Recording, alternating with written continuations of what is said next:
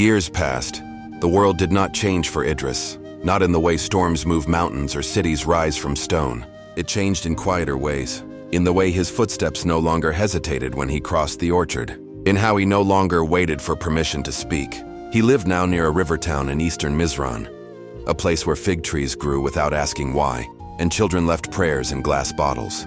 He worked at the smallest of places, a bookshop so dusty even the light moved gently through it.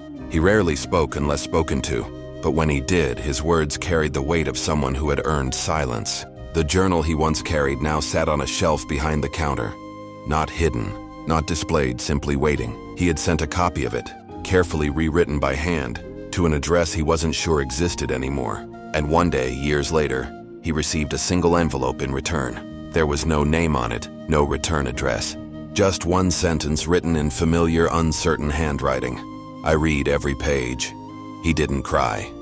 He simply stood outside beneath the dusk sky and allowed the wind to pass through him like it had always belonged there.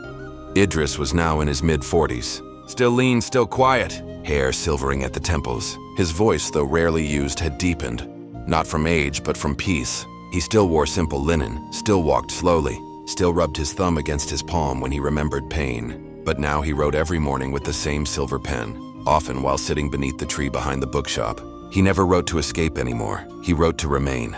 Sometimes, he'd give blank journals to boys too quiet for the world. Sometimes, he'd light a lantern on the hilltop, not for the dead, but for those who hadn't spoken yet.